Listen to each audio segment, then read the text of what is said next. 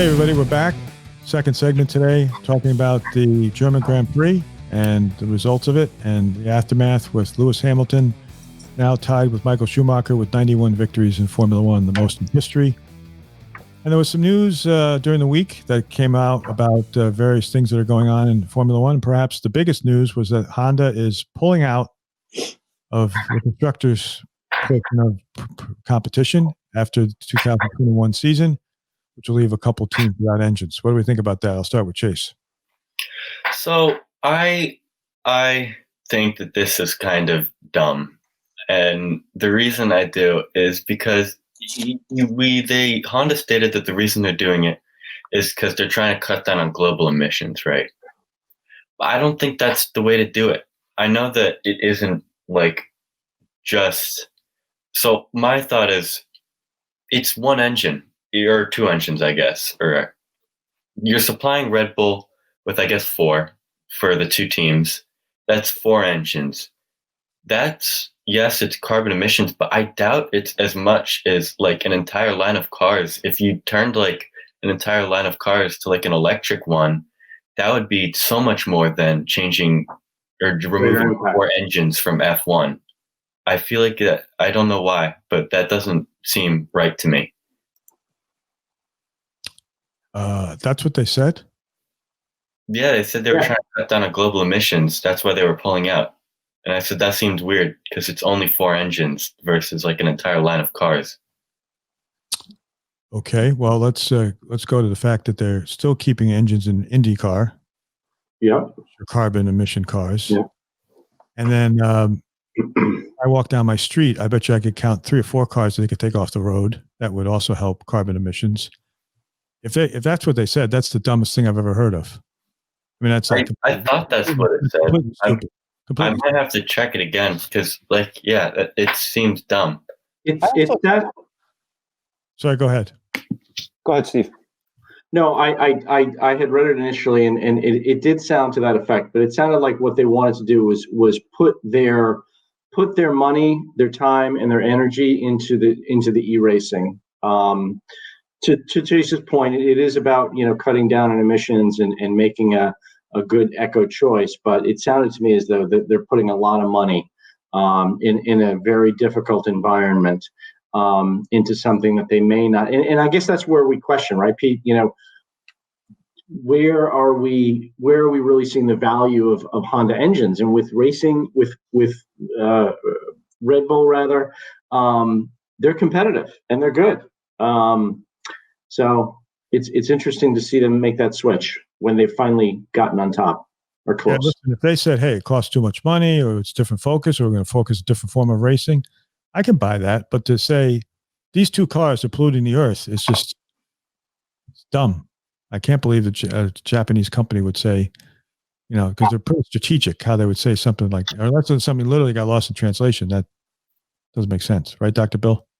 I remember the article that I read also, it seemed like they were just wanted to focus more on renewable, electric powered vehicles rather than, the gas or hybrid powered vehicles. And the gist of the article was kind of a doom and gloom for Formula One, like, regular Formula One. Ooh, this is a bad sign for the way things are going. If Honda's deciding that they want to focus more on electric vehicles and that standard Formula One may be, on the way down. Well, even when I remember I was watching free practice on Friday and it was raining, so the announcers on Sky Sports had nothing else to talk about. So they're talking about the engines and what 2022 might look like. And they're all saying, for the most part, we can argue back and forth about the power plants, whether some guys want to bring back the V8s and injections and all that stuff. But they said the one thing they have to bring back is the old Formula One noise. Mm-hmm. Nothing like the old days when those engines would roar, what that sounds like. And it's like, I don't care if you put sound modifiers on it. I don't care how you figure it out. Get back the sound of the F1 cars that used to, because that was just as much of the element as it was speed, was the sound. And let's face it, if you ever watched an actual E-race, not a sim race, an actual Formula Very strange. It's the cars literally whine. It's true. They whine up, and it's like, they almost sound like the Renault. You know how the Renault's got that little whine in it? It almost sounds like that with nothing else, though. And the other side of it is, and again, I'm not disputing that electric cars have, in one way, form or another, are probably going to be the future for cars all over the place. But I still think the hybrid technology is overlooked. I think it's a wonderful transition from straight carbon engines to electric engines, because these people that want to wave a magic wand, I'm sorry, and all of a sudden, you know how expensive it is to put in a pumping station for an electric engine?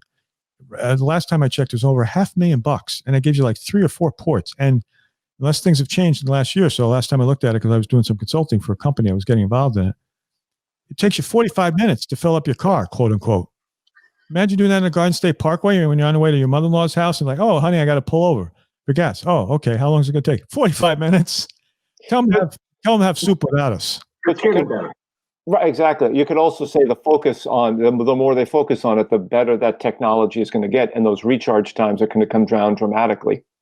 But you still have to put the stations in. That's why I'm saying, at least with the hybrid cars, I can pull into a gas station, fill up my hybrid engine, and which maybe 25 or 34 or however the percentages can be electric.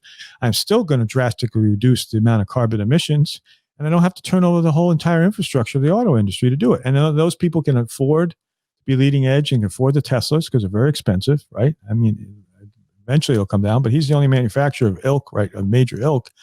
Now, maybe Honda will come out with the Accord that's all electric and people will go gaga over it. But when it comes to racing, it seems like if you give the Formula One engineers almost any task, these guys will figure out. Remember early on in the pandemic when there was crying and going out about the lack of ventilators? What happened? The Mercedes, you remember that article? The Mercedes engineers put their minds to it, and within a weekend, they converted an old ventilator, an old ventilator or some other issue into a brand new version of it that could use multiple people on it, because I guess there was one ventilator, one person. Dr. Bell, is that the way it was working before? Yeah, and at the worst of it, in some places, you'd had to be running maybe 4 people off one vent, which really, I mean, I never heard of that, and it gets really complicated as far as being able to adequately ventilate different people. So it's but they were able to do it. Mercedes was able to create a vent that you could do that, because otherwise, when you were doing it, you were just kind of jury rigging it to figure out how to do it, just splitting tubes up and running stuff and taping it together and running it here and there. Because when you think about how advanced the Formula One engines are, right? We've got the KERS system, which is an energy recapture, which captures energy going out and puts it in basically a battery form and makes it available as power. You got drag reduction systems. I mean, they have so many systems that make the cars more efficient that, again, a lot of that stuff, as we've talked about before, a lot of that stuff ends up eventually in passenger cars that we drive on the road. It's much like space technology. And it starts out up there and eventually it works its way through. So, I don't think anybody was going to stop Honda if they said, well, we want to do more of a hybrid engine and we think we can meet the various specs. I'm sure they would have said, fine, if you want to do something like that. But I don't know. It's, I suppose I guess remains to be seen. So I don't know. I haven't looked at the new specs. Are the engines going to be more efficient in 2022 and smaller engines? Is that what's supposed to happen? I haven't looked at it. I don't know. I don't know what the rules that were agreed upon. I don't know what they are. Well, I'm guessing it has to be something along those lines because they're putting budget caps in for the teams now, right? Right. Yeah. So they said it's interesting because his tale is, again, female and tale, the rich and, put it this way, the super rich, the rich, and the kind of rich. So a guy like Haas and Lawrence Stroll would be rich, but maybe not super rich, because their issue is going to be there's also a floor in the new Accord that you have to spend above that floor in order to stay in Formula One, right? So you can't go above the salary cap, so to speak, but you also can't be below a certain number. Otherwise, then you lose your drive in Formula One now. So I think they're trying to close the disparity between the super rich and the reasonably rich, because they want everybody to have, I guess, a better chance of being competitive now. Something I'm a little interested in is like from each year, I'm assuming they have to reuse parts, right? So when they come to 2022, 2021, whenever that change is happening, where they're making the new car designs, how much can they reuse, like from their current cars? And if they can't reuse much, that's going to have to be a lot of money to get started again. So that could really hurt teams like Racing Point and Haas.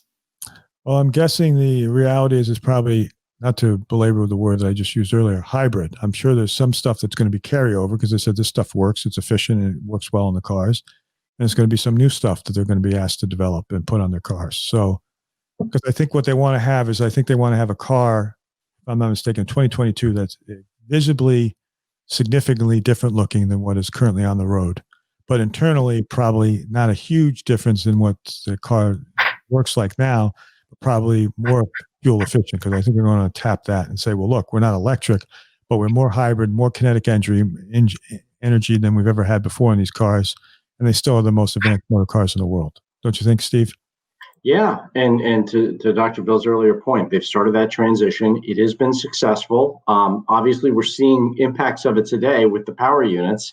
But just like in the world of EVs, we've seen a lot of progression with electric vehicles over the last 12 months. And I think when we look at 2022, which is over a year away, the landscape is going to continue to evolve and look different. And I think we're going to see that acceleration continue. How it impacts F1, it could be pretty interesting.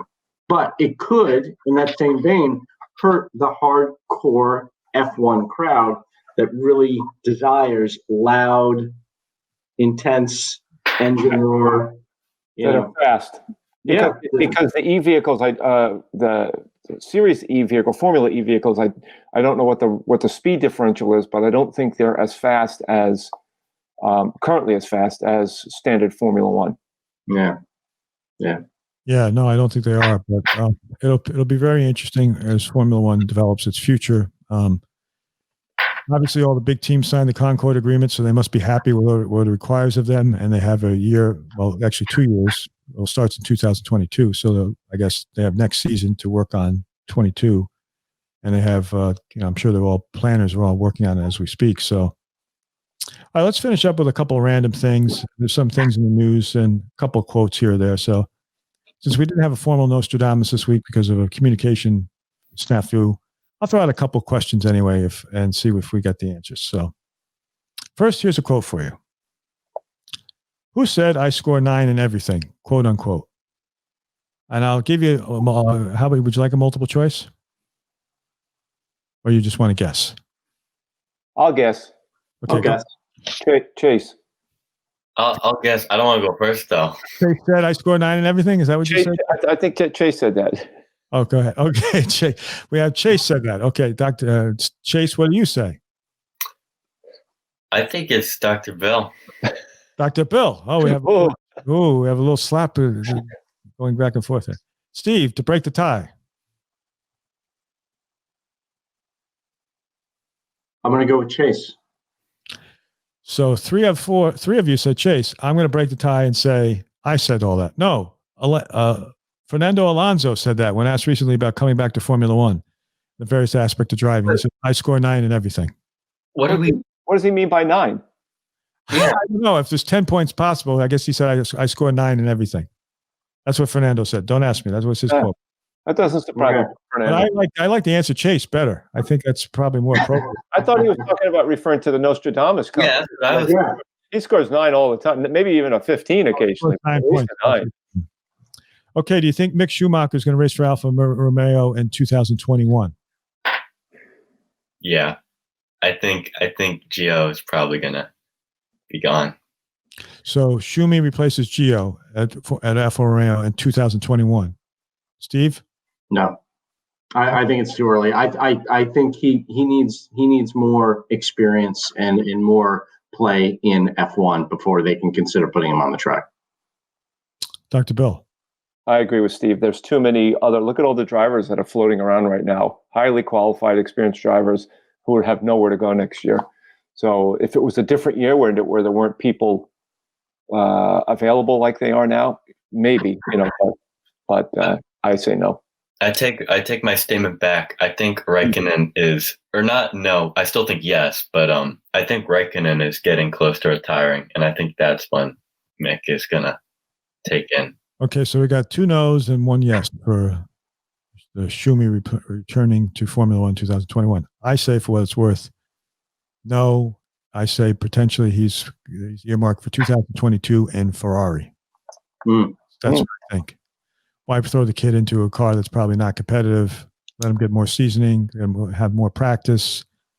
Stay with FP2 and then or GP2 and then bang, 2022 new Ferrari. Schumi's back in a different version. That's what I think, maybe.